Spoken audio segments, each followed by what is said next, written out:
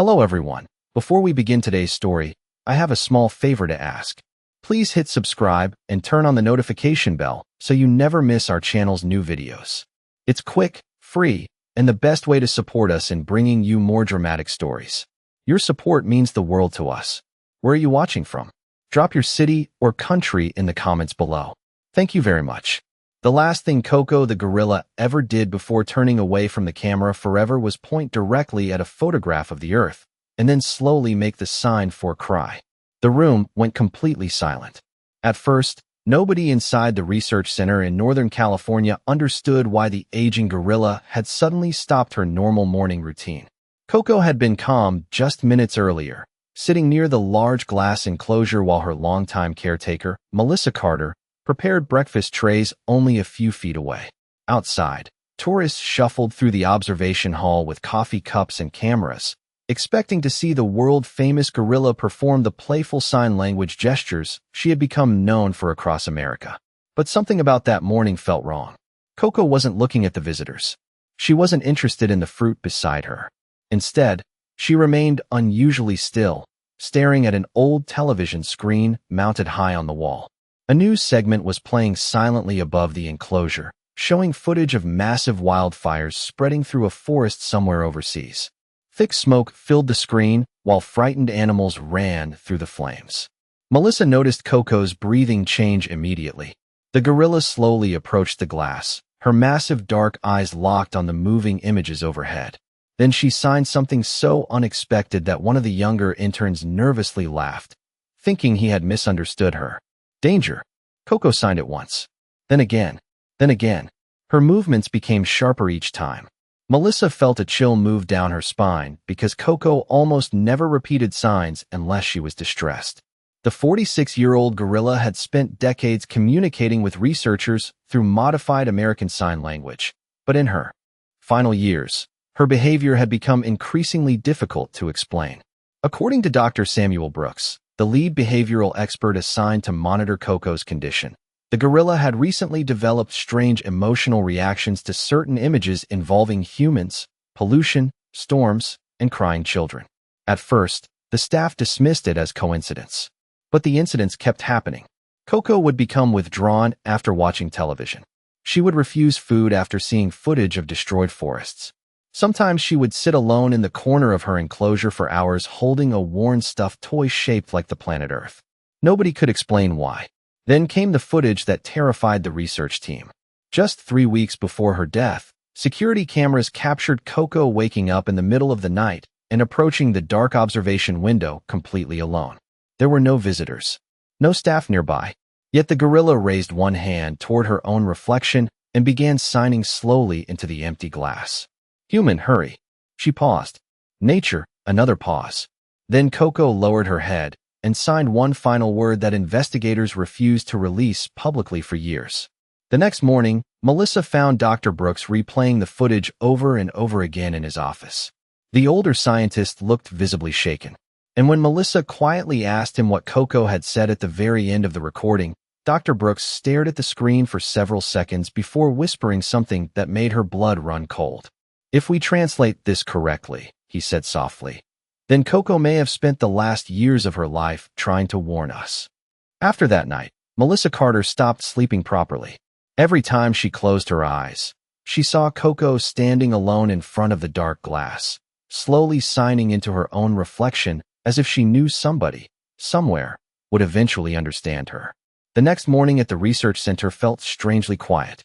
Even the tourists seemed softer that day, speaking in whispers while pressing their hands against the observation window. Koko normally loved attention. Years earlier, she would wave at children, gently tap the glass. When visitors laughed, and sometimes even mimic funny expressions to make the staff smile. But lately, the gorilla barely acknowledged anyone at all. She spent most of her time sitting beneath the far corner of the enclosure near an old artificial tree, her massive body curled inward in a way Melissa had never seen before. There was something deeply human about the sadness in her eyes, and that was the part Melissa could not shake. Koko had grown old slowly, almost painfully slowly. Gray patches had begun appearing around her face and shoulders, and her movements no longer carried the playful energy she once had. Some mornings it took her several minutes just to stand up fully. But what disturbed Melissa most was not Koko's age. It was the silence. The gorilla, who once communicated constantly through gestures and signs, had started withdrawing from nearly everyone around her. Staff members would greet her in sign language, and Koko would simply stare past them as if distracted by thoughts she could not explain. Dr. Samuel Brooks insisted it was normal cognitive decline. He reminded the team that aging gorillas often became less social over time. But Melissa was not convinced. She had spent nearly 12 years caring for Koko, and she knew the difference between aging and heartbreak. There were moments when Koko seemed overwhelmed by emotions nobody else in the room could see. One afternoon, a little boy accidentally dropped a stuffed animal near the glass barrier while visiting the sanctuary with his parents. It was a small plush dolphin with faded blue fabric and one missing eye. Before the staff could retrieve it, Koko slowly approached the window and picked it up carefully with both hands. The entire crowd expected her to play with it the way she usually did. Instead, Koko sat down quietly and held the toy against her chest for almost 20 minutes without moving. Melissa noticed tears forming in the mother's eyes nearby. Nobody understood why such a simple moment suddenly felt so painful. Over the following weeks, Koko's behavior became even stranger. She stopped watching cartoons, something she had loved for years. She refused several of her favorite foods, including watermelon and peanut butter treats. Some nights, security footage showed her awake long after midnight, sitting alone beside the glass while rain tapped softly against the roof of the enclosure. She would stare upward toward the dark ceiling for hours, occasionally signing words too slowly for the cameras to capture clearly. Melissa started bringing a folding chair into the enclosure during closing hours just to sit near her. Sometimes the gorilla would lean gently against the barrier beside her without making a sound. Other times, Koko would place one enormous hand flat against the glass and remain completely still while Melissa mirrored the gesture from the other side. It was during one of those quiet nights that Melissa noticed something deeply unsettling. Every object Koko kept close to herself suddenly shared one thing in common. The old globe toy, newspaper clippings with nature photos, drawings of trees made by visiting children, even the small dolphin plush from the gift shop. They all had faint scratches across them, long thin marks, almost like Koko had been tracing the same shape over and over again with her finger. Melissa leaned closer to the glass to examine the marks more carefully, and her stomach tightened when she realized what they resembled. They looked almost exactly like tears. Melissa could no longer ignore the feeling that something inside Koko was changing in ways none of the specialists fully understood. It started with small incidents that seemed harmless at first, the kind of strange behavior aging animals sometimes developed over time. But within days, the entire research staff began whispering about the gorilla in nervous voices whenever they thought visitors could not hear them. Koko had developed an unsettling obsession with collecting objects people accidentally left behind near the enclosure. It was never food or shiny items like researchers expected. Instead, she carefully gathered things connected to people themselves. A child's drawing, a folded newspaper article, a baseball cap with a city logo, a cracked pair of sunglasses. She would carry them quietly into the far corner of the enclosure and arrange them in neat rows across the floor with almost disturbing precision. Nobody had trained her to do this. Every morning the rows became larger, stranger, more organized. Melissa watched in disbelief as Koko spent nearly 2 hours repositioning a photograph torn from a travel magazine until it sat directly beside a wrinkled flyer showing a polluted beach. Then the gorilla slowly placed the stuffed dolphin between them and backed away as if studying her own work. Dr. Brooks initially dismissed it as compulsive behavior, but the younger staff members were beginning to feel genuinely uncomfortable around her. One intern named Tyler admitted he no longer liked entering the enclosure alone during cleaning hours because Koko had started reacting strangely whenever people carried cell phones nearby. She would stop whatever she was doing and stare directly at the dark screens before making low, uneasy sounds deep in her throat. Once, when Tyler accidentally dropped his phone beside the enclosure gate, Koko rushed toward it so quickly that he stumbled backward in panic. But instead of damaging the device, the gorilla picked it up carefully, turned the black screen toward herself, and froze completely still. Melissa later reviewed the security footage frame by frame. What disturbed her was not Koko's reaction. It was what happened next. Using one finger, the gorilla slowly dragged a line downward across her own reflection on the screen. Then another line. And another. Just like the scratch marks on the toys and pictures. Tears. The behavior escalated after that. Koko began refusing to enter certain sections of the enclosure altogether, especially areas where television monitors played documentaries or news footage for educational tours. Whenever images of crowded cities, smoke, storms, or injured wildlife appeared, the gorilla would become visibly agitated. But instead of acting aggressively, she reacted in ways that confused everyone even more. She would gather blankets and cover the screens with them. Sometimes she turned her back completely and pressed both hands over her face like someone trying not to watch something unbearable. Visitors started noticing. Online forums filled with comments from tourists claiming the famous gorilla looked heartbroken or scared of humans. The sanctuary quietly removed several public displays to avoid attention. But the strangest incident happened late one rainy Thursday evening, just before closing time. Melissa was finishing paperwork when emergency alarms suddenly sounded from inside the enclosure. Staff members rushed toward the observation area expecting to find Koko injured or panicking. Instead, they found the entire room completely dark except for the glow of one television still playing silently near the ceiling.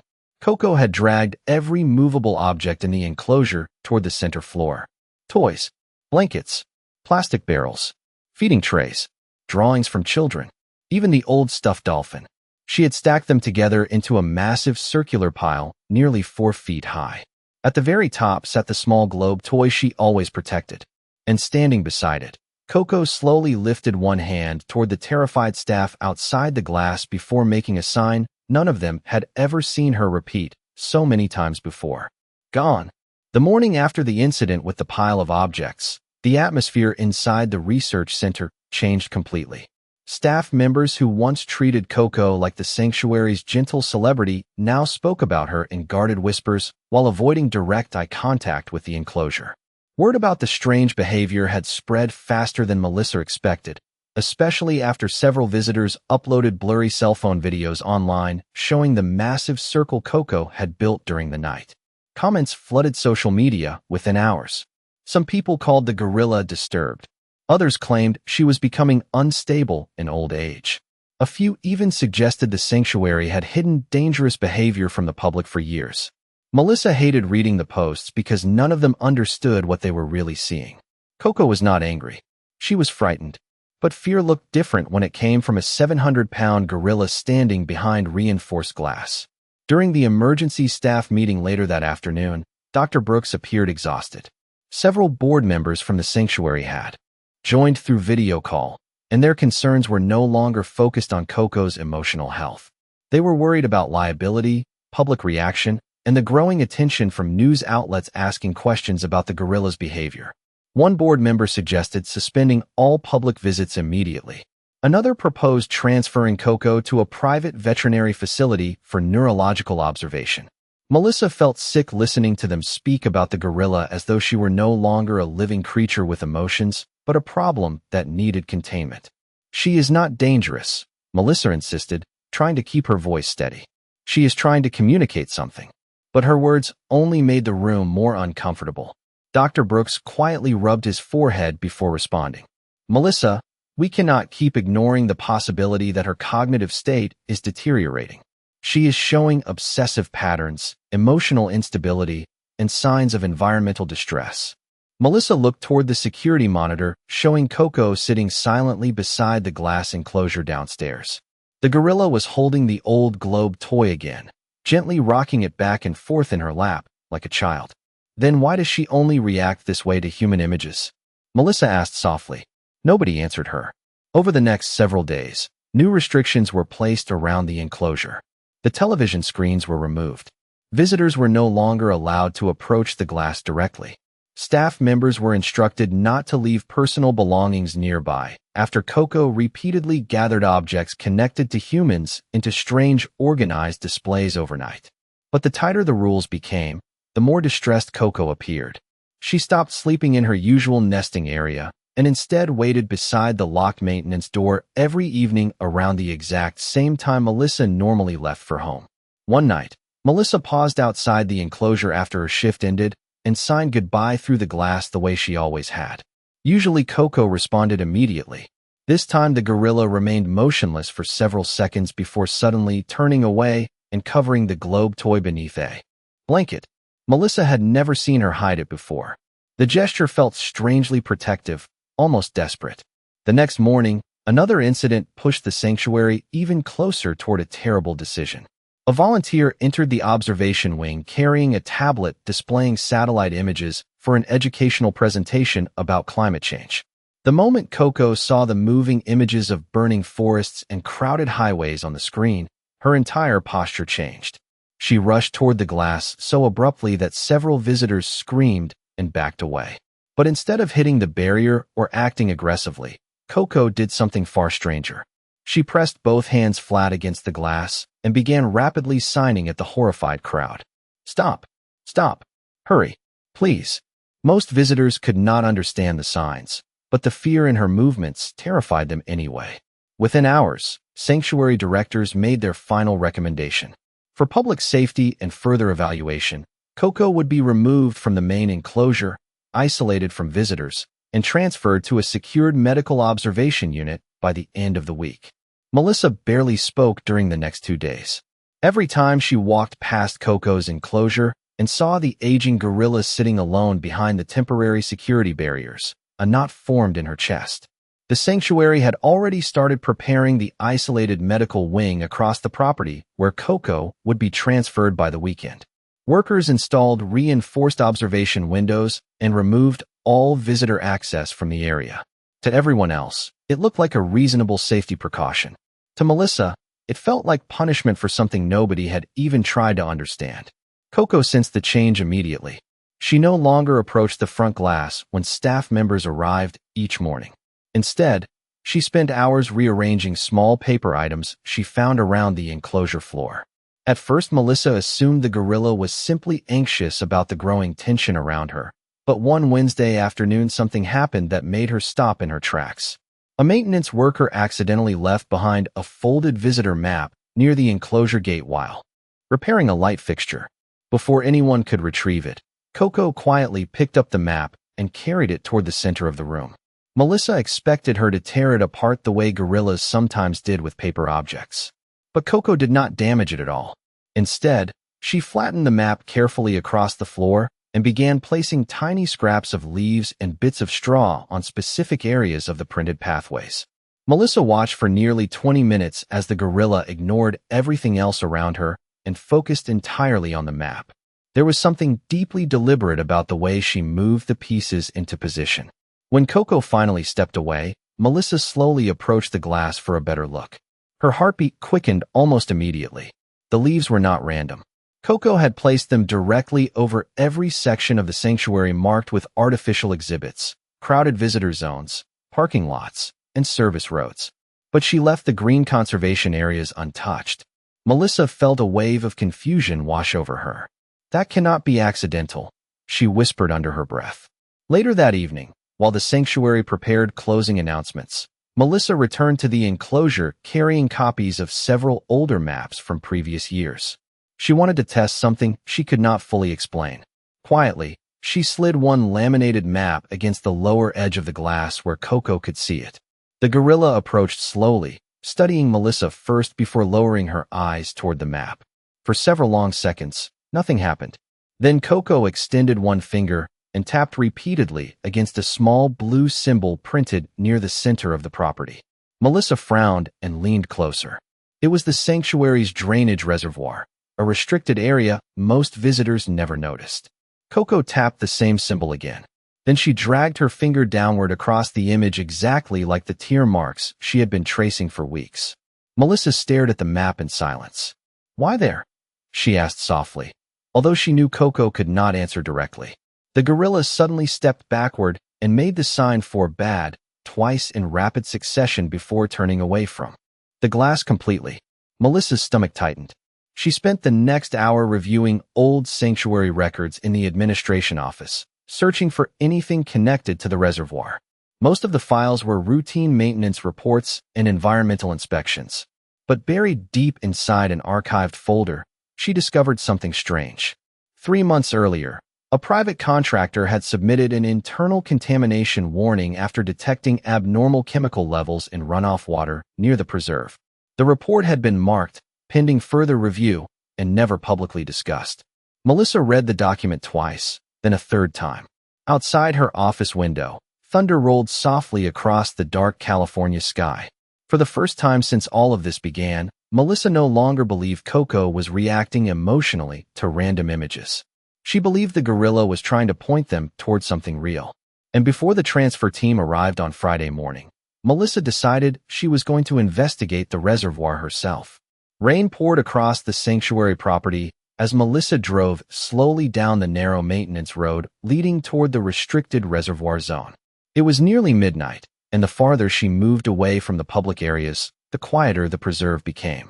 Tall fencing surrounded the old water treatment site, much of it rusted and partially hidden behind overgrown vegetation. Melissa parked beside the locked service gate and stared through the windshield at the dark reservoir beyond. She still could not fully explain why Koko had reacted so strongly to that exact location on the map, but every instinct told her the gorilla had been trying to guide her there for weeks. The contamination report remained folded tightly inside her jacket pocket as she climbed out into the cold rain. Flashlight trembling slightly in her hand, Melissa followed the muddy path along the edge of the water basin. At first, everything appeared normal. The reservoir looked calm beneath the storm clouds, reflecting faint lights from the sanctuary buildings in the distance.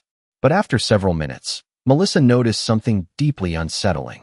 There were almost no animal sounds anywhere nearby. No frogs, no birds, not even insects. The entire area felt unnaturally silent. Then her flashlight swept across the shoreline and stopped abruptly. Dozens of dead fish floated motionless near the edge of the water. Melissa froze. Her stomach tightened as she crouched closer, realizing many of the fish appeared freshly surfaced from below. Some had strange pale discoloration around their mouths and gills. Melissa quickly stepped backward, horrified. Suddenly, everything began connecting in her mind at once. The contamination warning, the scratched tear marks, the signs for danger, the obsession with human objects and damaged nature images. Koko had not been reacting randomly at all. She had been watching the sanctuary itself slowly poisoning the preserve around her. Melissa immediately called Dr. Brooks, her voice shaking so badly he could barely understand her. Less than 40 minutes later, Brooks and 2 environmental officers arrived at the reservoir, carrying emergency testing equipment. What they discovered over the next several hours stunned everyone involved. Illegal chemical runoff from an outside industrial drainage line had been leaking into protected groundwater near the sanctuary for months. Internal records later revealed the contamination had gradually spread through multiple wildlife areas connected to the preserve ecosystem. The reason Koko reacted so strongly to television footage involving damaged forests and polluted environments suddenly became horrifyingly clear. She had been seeing the effects firsthand long before the humans noticed them. But the revelation that truly shattered Dr. Brooks came shortly before dawn. While reviewing older behavioral logs inside the maintenance office, Melissa found archived enrichment reports describing unusual actions Koko had displayed nearly 5 months earlier. At the time, staff members thought the gorilla was behaving compulsively because she kept moving water bowls away from certain feeding areas and covering them with blankets or paper. Nobody understood why. Now they did. Koko had been refusing contaminated water sources long before laboratory testing ever confirmed the pollution existed. The elderly gorilla had recognized environmental distress patterns through smell, behavior changes in nearby animals, and subtle ecosystem shifts the humans completely overlooked. Every strange action suddenly carried terrifying meaning. The arranged objects were not random emotional displays. They represented damaged human spaces versus protected natural zones. The tear scratches were warnings. The sign "foregone" was not a threat toward humanity. It was a prediction about the wildlife around them. Even the giant circular pile Koko built in the enclosure now felt painfully obvious to Melissa. The gorilla had been trying to create a sanctuary, a protected space around the planet she believed was in danger. Inside the dim office light, Dr. Brooks sat silently staring at the old reports spread across the desk. His face looked pale and exhausted. For nearly 2 weeks, he had argued that Koko's behavior was the result of cognitive decline and emotional instability. But now the evidence sat directly in front of him, impossible to deny. Koko had not been losing her mind. She had been trying desperately to warn them. Dr. Brooks slowly removed his glasses and lowered his head into his hands. Then, in a barely audible voice filled with shame, he whispered the words Melissa never thought she would hear from him. She understood what was happening before any of us did. By sunrise, the entire sanctuary felt different. The same staff members who had spent days speaking about Koko with fear and uncertainty now moved through the hallways in stunned silence, unable to look at the old gorilla the same way again. News of the contamination discovery spread quickly among senior personnel, but Melissa noticed something painful almost immediately. Everyone kept talking about the poisoned reservoir, the damaged ecosystem, the failed inspections, and the legal consequences waiting for the sanctuary. Very few people were talking about Koko herself. Yet she was the reason any of them knew the truth at all.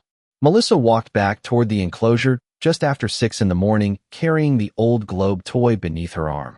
Her chest tightened the moment she saw Koko, sitting quietly beside the glass exactly where she had been hours earlier. The gorilla looked exhausted. She was no longer rearranging objects or making frantic warning signs. Instead, she sat with both hands folded gently in her lap, while pale morning light spilled across the floor around her. For the first time in weeks, Melissa noticed how fragile Koko suddenly looked. Not dangerous, not unstable, just tired, deeply tired. When Melissa stepped closer, Koko slowly raised her eyes toward her caretaker. There was no panic left in them now, only a strange calmness that somehow made Melissa feel even worse. Her throat tightened painfully as memories rushed through her mind all at once. Koko covering the television screens. Koko refusing certain water bowls. Koko arranging human objects beside damaged nature images. Koko trying desperately to sign warnings while terrified visitors backed away from her in fear. Every moment they had labeled strange suddenly felt heartbreaking. The gorilla had spent months trying to protect a world that humans themselves were slowly harming, and in return they isolated her, feared her, and prepared to lock her away. Melissa lowered herself onto the floor beside the glass, unable to stop the tears filling her eyes. "You were trying to help us," she whispered softly. Koko stared at her for several seconds before slowly reaching one massive hand toward the barrier between them. Melissa placed her own hand against the glass opposite Koko's, and something about the silence between them felt heavier than words. Later that morning, Dr. Brooks entered the enclosure observation wing carrying a cardboard storage box filled with archived behavioral reports. The older scientist looked completely drained. Without speaking, he began removing page after page from the files and spreading them across a nearby table. Melissa realized with shock that many of the reports contained handwritten notes dismissing Koko's behavior as confusion, emotional decline, or instability. Brooks stared at the papers for a long time before quietly folding several of them in half and placing them aside. "We documented every warning she gave us," he said hoarsely, "and we still chose not to listen." That afternoon, sanctuary executives arrived to finalize Koko's transfer into the medical isolation unit. But the atmosphere changed the moment Dr. Brooks walked into the conference room carrying environmental test results alongside footage of Koko's behavior over the previous months. One by one, he replayed the moments everyone had misunderstood. The maps, the signs, the covered screens, the contaminated water avoidance, the object arrangements separating damaged human spaces from protected natural areas. Nobody spoke during the presentation. Several staff members lowered their eyes in visible shame. When the footage ended, Brooks quietly removed the transfer authorization papers from his folder and slid them across the table. Then, without saying another word, he tore the documents in half. Melissa looked up at him in shock as he turned toward the sanctuary directors with tears standing in his tired eyes. "She does not belong in isolation," he said firmly. "She saved this sanctuary before any of us even realized it needed saving. And if there is still time left, then we are going to spend it listening to her instead of silencing her." Over the following week, the sanctuary transformed in ways Melissa never thought possible. Construction crews arrived not to reinforce isolation barriers around Koko, but to restore damaged sections of the preserve that had been neglected for years. Environmental teams worked around the clock, draining contaminated water lines and replacing filtration systems throughout the property. For the first time in months, staff meetings were no longer centered around controlling Koko's behavior. They were centered around understanding it. Dr. Brooks personally ordered every archived recording of Koko's recent actions to be preserved and reviewed by behavioral experts instead of hidden away. The sanctuary even closed public tours temporarily so the animals could recover from the environmental damage in peace. Yet the most meaningful change happened quietly inside Koko's enclosure itself. Melissa noticed it the morning workers began removing old artificial displays near the observation wing. For years, parts of the sanctuary had been designed mainly for tourists, filled with bright screens, noisy educational exhibits, and crowded viewing paths. But now, one by one, those distractions disappeared. In their place, the staff brought living plants, fresh soil beds, fallen logs, and natural climbing structures collected from safe conservation areas. The enclosure slowly stopped feeling like an attraction and started feeling alive again. At first, Koko watched the changes cautiously from a distance, her dark eyes following every movement in silence. Nobody rushed her anymore. Nobody forced interaction or tested her reactions. Melissa spent hours simply sitting nearby while workers quietly rebuilt the space around them. One afternoon, a young groundskeeper accidentally left a tray of newly planted tree saplings beside the enclosure gate while unloading supplies. Before anyone noticed, Koko slowly approached the tray. The entire staff froze, expecting her to uproot the fragile plants or carry them away like objects for another strange display.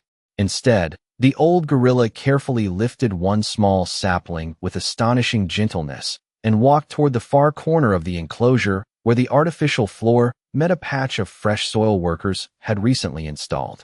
Then, with slow, deliberate movements, Koko pressed the roots into the dirt herself. Nobody spoke. Melissa felt tears burn behind her eyes as the enormous gorilla patted the soil softly around the tiny tree and sat beside it for nearly an hour afterward. Something about the moment spread through the sanctuary almost immediately. Staff members who once feared Koko now began leaving small nature items near the enclosure every morning. Pine cones, wildflowers, smooth stones from protected streams. Koko did not collect them into warning circles anymore. She arranged them carefully around the growing sapling instead. It became a silent ritual between the gorilla and the people who had finally started listening to her. Even Dr. Brooks changed in ways Melissa never expected. One evening after most employees had gone home, she found him standing quietly beside the glass holding several laminated photographs. They were old images of forests, oceans, mountain wildlife, and conservation projects from around the country. Without saying a word, Brooks placed the photos gently along the lower edge of the enclosure and stepped back. Koko approached slowly, studying each image one at a time. Melissa held her breath, remembering how distressed those kinds of pictures once made the gorilla. But this time was different. Koko stopped at a photograph showing volunteers planting trees beside a damaged riverbank. She stared at it for several long seconds before slowly turning toward Dr. Brooks. Then the old gorilla made a sign Melissa had not seen from her in months. Good.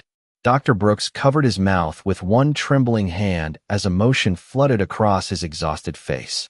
For a long moment, nobody moved. The rain outside had finally stopped, and soft evening sunlight filtered through the enclosure windows, warming the fresh soil around the small planted sapling. Koko slowly settled beside it, resting one massive hand gently against the earth while closing her eyes for the first peaceful sleep anyone had seen her have in weeks. Months passed, and little by little the sanctuary began healing alongside the animals that lived there. Environmental restoration crews remained on the property throughout the summer, rebuilding damaged wetlands, replacing contaminated soil, and planting thousands of native trees across the preserve. The old reservoir area that once sat silent and lifeless slowly returned to life as birds, frogs, and small wildlife gradually reappeared around the water. Visitors eventually returned too, but the sanctuary no longer felt like the noisy attraction it had once been. The giant television displays were gone. The crowded walkways had been reduced. Even the educational tours changed completely. Instead of treating the animals like performances behind glass, guides now spoke quietly about listening, responsibility, and the hidden ways nature communicated long before humans noticed danger themselves. But the biggest change remained inside Koko's enclosure. The small sapling she planted beside the fresh soil patch continued growing steadily through the season, becoming something staff members privately called Koko's tree. Every morning before opening hours, Melissa would find the old gorilla sitting peacefully beneath its thin branches while sunlight filtered through the leaves overhead. Koko no longer built warning circles or gathered objects into frantic arrangements. Instead, she spent her days carefully tending the living things around her enclosure. Sometimes she carried water in small containers to nearby plants. Other times, she simply sat quietly listening to the sounds of birds returning to the preserve outside. It was as if the sanctuary's healing had finally allowed something inside her to rest. Dr. Brooks changed as well. The once skeptical scientist began speaking publicly about the mistakes humans made when they underestimated animal intelligence and emotional awareness. During one conservation conference in San Diego, he played footage of Koko gently planting the first sapling while an audience of researchers watched in stunned silence. At the end of the presentation, Brooks paused for several seconds before admitting something he once would have considered impossible. "We spent years teaching her our language," he said quietly. "But in the end, she was the one trying to teach us how to survive." The clip spread across the country within days. Schools began using Koko's story in environmental programs. Children mailed hand-drawn pictures of forests, oceans, and gorillas to the sanctuary every week. Melissa pinned many of them along the outer observation wall where Koko could see them. Unlike before, those pictures no longer triggered signs of fear or sadness. Koko would study them calmly, sometimes touching the drawings gently with the tips of her fingers before moving on. Then came the autumn morning Melissa would never forget. The air was cool, and golden leaves drifted softly across the preserve as she arrived early to prepare breakfast trays. But the moment she entered the enclosure wing, she sensed something different. Koko was already awake, sitting quietly beneath the now taller sapling tree while pale sunlight spread across the floor around her. The old gorilla looked peaceful in a way Melissa had never seen before. Slowly, Melissa approached the glass carrying a new drawing sent by a group of elementary school children from Oregon. The picture showed animals, rivers, trees, and people standing together beneath a bright blue sky. At the center of the drawing was a large gorilla holding the planet Earth gently in her hands. Koko studied the picture carefully for a long moment. Then she lifted her eyes toward Melissa one final time and slowly made 3 familiar signs with calm, deliberate movements. Nature. A pause. Human. Another pause. Then the final sign. Together. Melissa felt tears slide silently down her face as Koko rested one hand against the growing tree beside her and closed her eyes peacefully beneath the morning light. Sometimes the wisest voice in the room is the one humanity almost chose to silence.